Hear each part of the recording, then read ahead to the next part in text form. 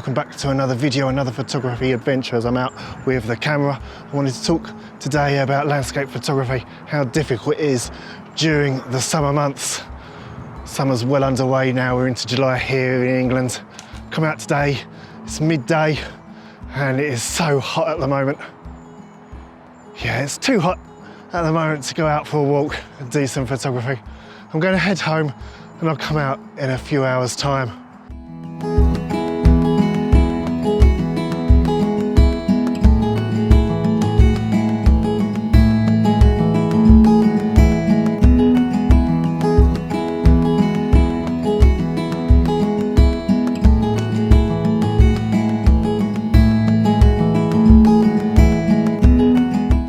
Right, so it's 6 o'clock in the evening, same day as when I came out earlier. Temperatures dropped nicely. It was 25 degrees Celsius when I came out earlier. It's now dropped to 21. Still warm, but there's a lovely breeze in the air.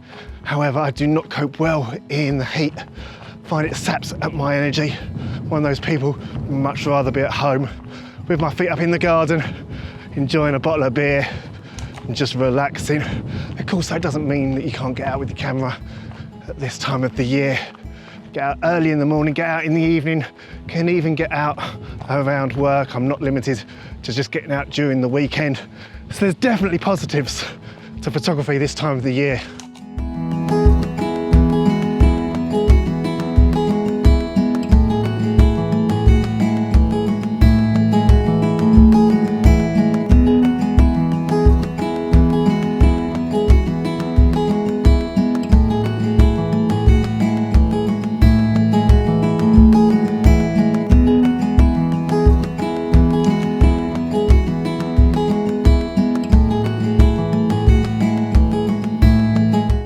You can tell it's warm today.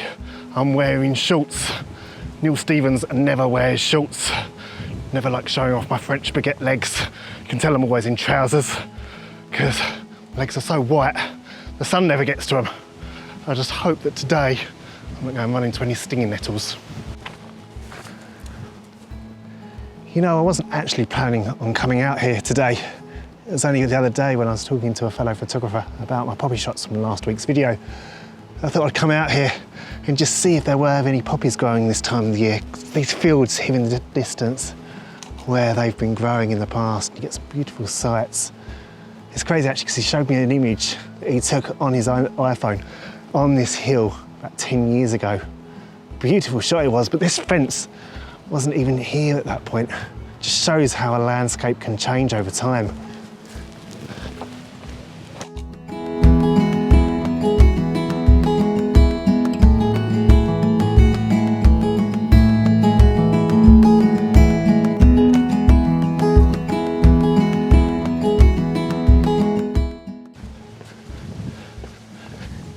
You know, I've actually just seen some poppies. Nothing to shout home about though. However, whilst I'm on the topic of poppies, which I mentioned, I never had the plan to put this video together. It was only as a result of how that last shoot went I decided to do this video. You see that shoot when I went out for the poppies, it was a mini nightmare. It was really warm that day. There was zero cloud cover, which meant just absolute blue sky, and you know how much I hate that lack of atmosphere in the sky. Also meant harsh shadows. I made a prediction when I was out, which didn't come true actually. I expected to shoot, well, a lot of my images I expected to turn out in black and white, but I was quite happy with how everything turned out in Lightroom in the end, so that was definitely one bonus. In the end, I think I got out there at 4 o'clock in the morning, and it got so warm so quickly. I ended up leaving at like 8 o'clock. Which 4 hours for a shoot is not too bad, but most days like this, I'd end up having a lot more fun, I'd stay out for a lot longer, and end up hopefully capturing a bit more. But it wasn't to be that day. These things happen. It's just meant that I've come out tonight, and it is just beautiful out here. It's not too warm, lovely breeze, and I've got a feeling that I've got some good shots already.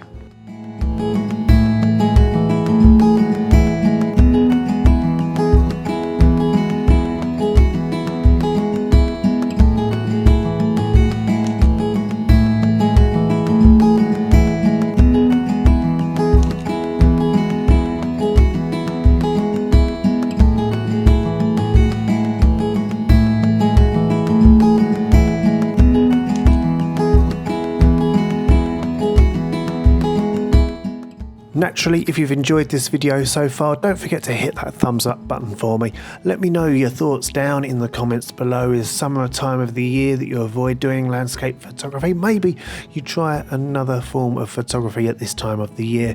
Oh, and if you haven't done so already, consider subscribing to the channel. It helps me out massively with the YouTube algorithm. Absolutely fine though if you'd rather not. As you can see, I did mean to record this segment out on location, but this narration is the result of what happens when you don't turn the microphone on. This has got to be one of my favourite viewpoints in the whole of the Kent countryside. Love coming back here whenever I'm in the area. Certainly captured a shot or two in the past from this spot.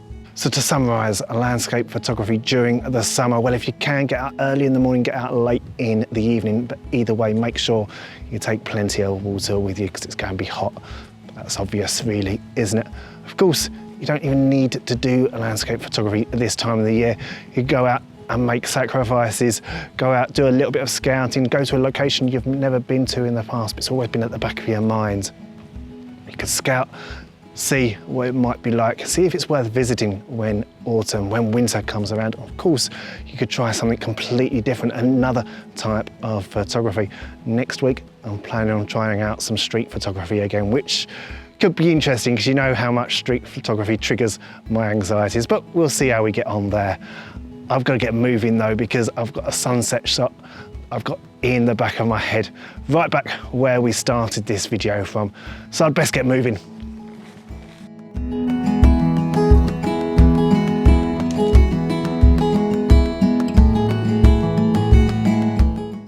I'm having to be oh so quick, oh so quiet here. It's two deer up on the ridgeline, just in the background. You might not be able to see them because they're so far away.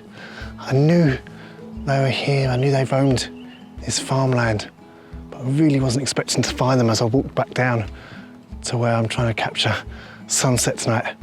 To put some into emphasis, trying to capture something different, and in this case, it's wildlife. Beautiful, really. So the sunset's approaching. It's going to be in the next half an hour when it's going to start. Hoping some of the colour is going to wash over the cloud, over the hills that we've got in the background. This shot here was one I scouted when I came out here earlier at midday.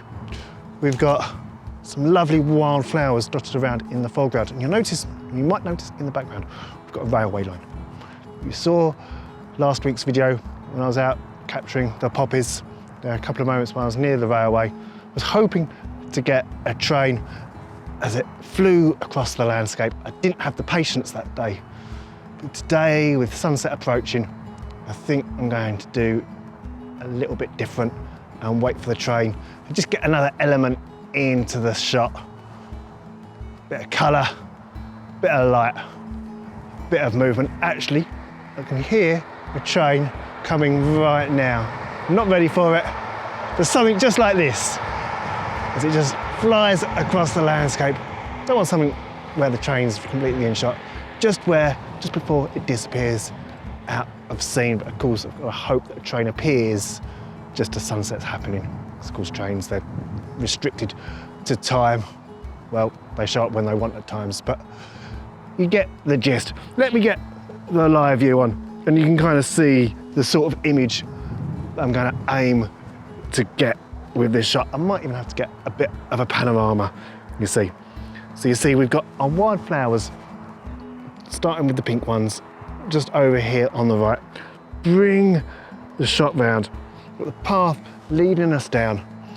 We've got some more wildflowers in the foreground here, some blues, some yellows, and then as I bring the camera around, we've got these trees that kind of just surround the railway. Hopefully we'll get our train in the shot. Not the worst thing in the world if I don't. I'm not going to wait around forever. For one, we've got the rolling hills in the background, and then we've just got some beautiful sky. Might have to do an exposure bracket with sunset, make sure I get all the colours out of the sky. But I've got a feeling that this could be a good one tonight. I really do hope so, and I hope I'll have a couple of images to share in just a minute. In terms of the settings before that though, think this is another beauty of shooting during the summer when we get a nice amount of light. Don't really have to worry too much about ramping up the ISO, too much noise in the shot to get a high shutter speed. At the moment, okay, fair enough, with the light fading, going up to ISO 1000 without the tripod. Might end up shooting on the tripod. I only brought the one today, so I can't share myself setting it all up on the B-roll with my invisible cameraman, like you see that happening so often. And that at the moment just gives me a shutter of 1/200th of a second. Another nice aspect of summer. Nice amount of light means a nice shutter speed, meaning I don't need to use the tripod if I don't want to.